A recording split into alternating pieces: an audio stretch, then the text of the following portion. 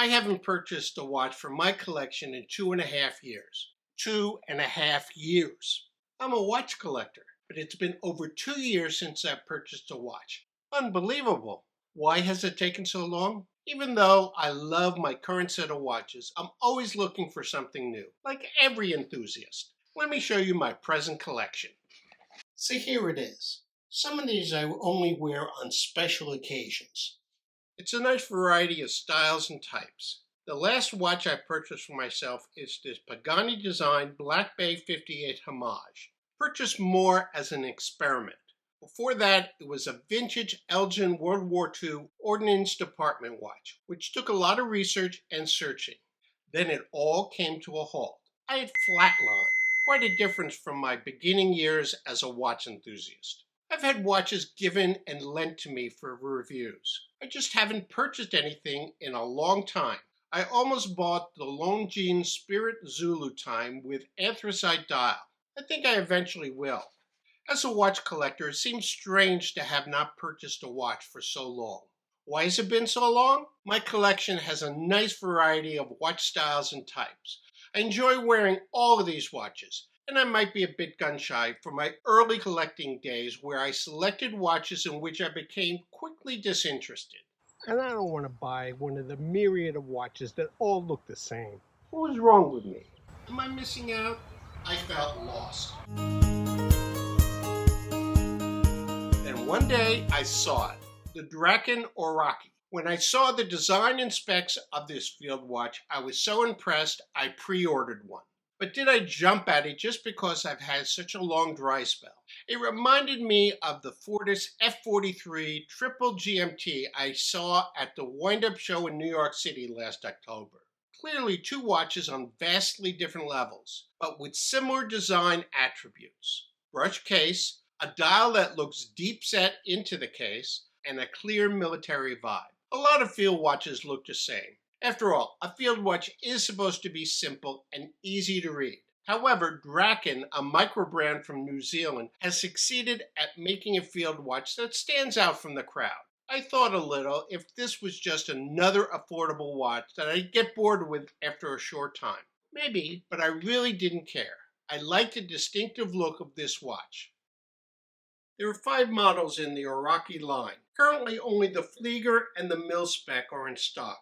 I selected the Milspec. The watch just arrived, so let's take a look at the Draken Aoraki. A simple cardboard box, keeping costs down. A nice handwritten note from the founder Michael Blythe on this topographical card, in case you didn't realize this was a field watch. An information card with registration information and this pressure test report. That's nice to have. Continuing the field watch theme, the watch is supplied in this Moly case with an Aoraki branded patch. The watch comes on this nylon NATO strap with a leather boon strap I'll show you later. It feels secure with that screw-down crown. Let's get it running. You might think that by having the crown at the 415 position, the lug would hinder you, but the large, gnarled crown offers sturdy operations. It's a 39mm case, 12.5mm thick, with a lug-to-lug of 46.5mm and a very common 20mm lug width. The rest of the specs are what you really want in a field watch, including 100 meters of water resistance, loom, drilled lugs, plus enhanced anti-magnetic properties. Beyond the specs, everything about this watch screams field watch. The hulky angular lugs on a fully brushed case that continues on the bezel and internal rehaut. Note the embossing on that rehaut. A very nice touch. Of course, a very readable dial with small second subdial. I heard that some don't like the Draken name embossed on the side.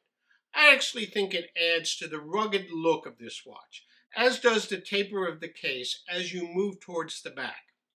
With this watch is my first experience with the Miyota 82 S5 movement. It seems like a basic mechanical movement in their line. This specific movement in their 8000 series offers a skeletonized design, which is not really utilized on the Aoraki line. Out of the box accuracy, I measure plus 10 seconds a day. Over a couple of days of normal wearing conditions, I've seen an average of plus 11 seconds per day. Very acceptable to me. I like this watch. Critics will say it's just another microbrand field watch with an inexpensive movement. That's what one might think after just a superficial look at this watch. But I think the Aoraki has more going for it. I've shown you the little design aspects that I think separate the Aoraki from the multitude of other field watches. To me, the Aoraki is that piece one grabs when you want a durable watch that can be worn for many outdoor activities. A watch you won't mind if it gets a few dings and scratches. Something that isn't flashy, but when it's noticed on your wrist will draw interest. Would I have purchased the Aoraki at the current retail price of $399 US rather than the pre-order special of $349? My answer is yes. For what you get, I believe the Aoraki is not overpriced. At least not too overpriced. Sure, there are other field watches you can consider from other microbrands and even major brands, but I like this Draken Aoraki. Another route you can take for a field watch is one of the Hamilton field watches I surveyed in this video. Or consider this very affordable World War II military style watch. Thanks for watching, and I'll see you in my next video.